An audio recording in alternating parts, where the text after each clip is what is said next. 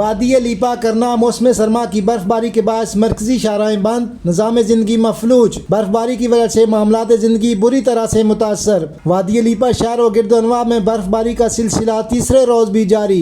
मंडा गली, चुनिया, चमोला, कैसरकोट, नौकोट समेत 32 गाँव बर्फबारी से मैसूर। लीपा गाँव में 1.5 फुट, शेड गली में 3 फुट, जबकि बर्थवाड़ गली शाहरा पर 4 फुट बर्फबारी हुई। मंडा गली, चनिया, चमोला, कैसरकोट, नौकोट शदीद सर्दी की लपेट में।